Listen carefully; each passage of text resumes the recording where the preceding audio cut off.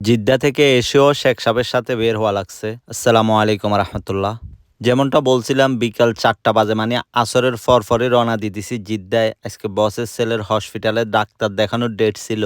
আমাদের এদিক থেকে জিদ্দা যাওয়া মানে এটা হচ্ছে যে একটা ক্লান্তিকর জার্নি, কেননা জিদ্দা সবসময় জ্যাম থাকে টুকটাক। আর আমাদের এদিক থেকে জিদ্দা গিয়ে জিদ্দার কাজকর্ম সেরে আবার বাসার দিকে আসা অনেকটুকু সময় লাগে, অনেক ক্লান্ত হওয়া লাগে। আমি আসরের পরপরই বাসা থেকে বের হয়েছি। জিদ্দা ফসাইতে ফসাইতে আমার ঠিক মাগরিবে আজান দিয়ে দিছে। ওই সময় আমি হসপিটালের সামনে ছিলাম। হসপিটালে আজকে তেমন একটা লেট হয় নাই, জাস্ট ডাক্তারটা দেখাইছে। এর আগে তো চশমা সবকিছু নিয়ে নিছিল।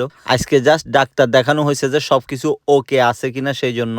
জিদ্দা গেছে আর শপিং মহলে যাবে না তা কি হয়? ডক্টর ওইখানে কাজ শেষ করে চলে গেছে একটা শপিং মহলে। অবশ্য ওনারা শপিং মহলে যায় নাই, আমাকে যাওয়া লাগছে। কিছু জিনিস ছিল যেগুলো নষ্ট হয়ে গেছে, ইলেকট্রিক জিনিস চেঞ্জ করার ডেট ছিল, আজকে চেঞ্জ করে নিয়ে আসছি।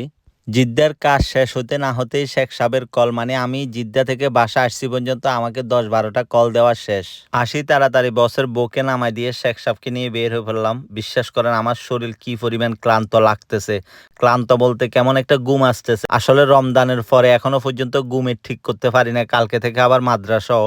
তাই আমি চেষ্টা করতেছিলাম শেখ সাহেবের কাজগুলা যাতে তাড়াতাড়ি শেষ করে ফেলতে পারি। সবার আগে চলে গেছিলাম ওর জন্য ওর জিনিসগুলা নিতে। এরপরে চলে আসলাম পাম্পে, কিছু তেল ফুরানো লাগবে। পাম্পের কাজ শেষ হইতে না হইতে বসের বড় কল চলে আসছে, কালকে থেকে মাদ্রাসা, সো লাইব্রেরি থেকে নাকি কিছু জিনিস লাগবে। পুরা জিদ্দা শহর ঘুরে আসছে, তখন নিতে পারে নাই। এখানে আসছে আর আবার মনে হয়েছে যে কালকে মাদ্রাসা কিছু জিনিস লাগবে। শেখ সাহেবের আরো টুকটাক কিছু জিনিস বাকি ছিল, ওগুলো নিয়ে নিলাম। সবজিও নাকি লাগবে বসের বউয়ের, সো সবজিও নিয়ে নিলাম গিয়ে। এখান দিয়ে আবার বসের মায়ের ঘরের কাজের মেয়ে মোতাব্বাকের অর্ডার দিয়ে রাখছে, ওর জন্য ওইটা নিয়ে নিলাম। নিনাই অবশ্যই, আগে অর্ডার দিয়ে আসছি, পরে রিসিভ করে নেব। এখান দিয়ে আবার শেখ সাহেবের নাকি সুপার মার্কেটও কিছু জিনিস বাকি আছে, ওগুলো নেওয়া লাগবে। আজকে তাড়াতাড়ি শেষ করে তাড়াতাড়ি বাসায় যেতে চাইছি, এই জন্য আজকে কাজও বেড়ে গেছে, জিনিসও বেড়ে গেছে, সবাই একসাথেই ফোন দিচ্ছে। যাই হোক, আসলাম লাইব্রেরিতে, লাইব্রেরির জিনিসগুলো নিয়ে নিই। সালাম আলাইকুম। লাইব্রেরির সামনেই শোরমার দোকান, সো শোরমাটা রিসিভ করে নিলাম। শোরমা শেষ করে চলে গেলাম আবার মোতাব্বাকের দোকানে, ওইটা রিসিভ করে নিলাম।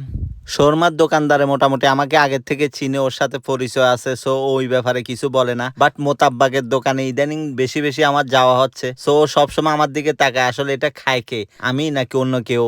মূল কথা হচ্ছে যে এরকম নিয়মিত আসলে কেউ কখনো খায় না, এটা একটু এক্সপেন্সিভ। বাট শেখ সাহেবের মায়ের ঘরের ম্যানেজারে কিভাবে খায় সেটা আমি জানি না, ও এত টাকা পায় কই। যাই হোক, ওর টাকা ওই বুঝবে। সবশেষে আমাদুল্লাহ ওদের একটা ওয়াজ শুনতে শুনতে বাসার দিকে রওনা, যাতে মাইন্ডটা একটু ফ্রেশ হয়। আপনারাও ভালো থাকবেন, আবার দেখা হচ্ছে ইনশাল্লাহ। আসসালামু আলাইকুম।